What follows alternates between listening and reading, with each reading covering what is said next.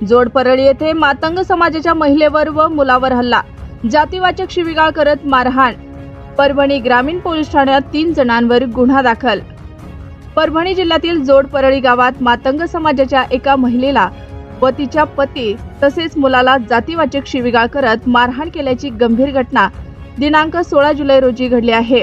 पीडित महिलेने परभणी ग्रामीण पोलीस ठाण्यात दाखल केलेल्या फिर्यादीत 3 आरोपी विरोधात गंभीर आरोप केले आहेत. या घटनेमुळे गावात तणावाचे वातावरण निर्माण झाले होते.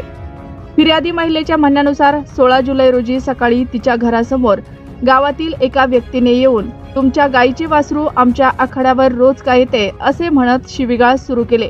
महिला व तिच्या मुलाने वासरू आपले नसल्याचे स्पष्ट केल्यानंतर तो व्यक्ती रागाने निघून गेला. काही वेळातच त्या व्यक्तीसोबत इतर 2 व्यक्ती हे तिघे एकत्र येऊन तिच्या मुलाला मारहाण करू लागले.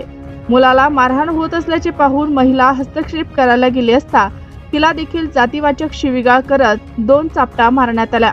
यावेळी तिचे पती हे मध्ये पडल्यानंतर त्यांनाही आरोपीने ढकलून दिले व लाथांनी मारहाण केले. या दरम्यान त्या तिघा व्यक्तींमधून एका व्यक्तीने जातीवाचक शिवीगाळ करत जीवे मारण्याची धमकी दिली.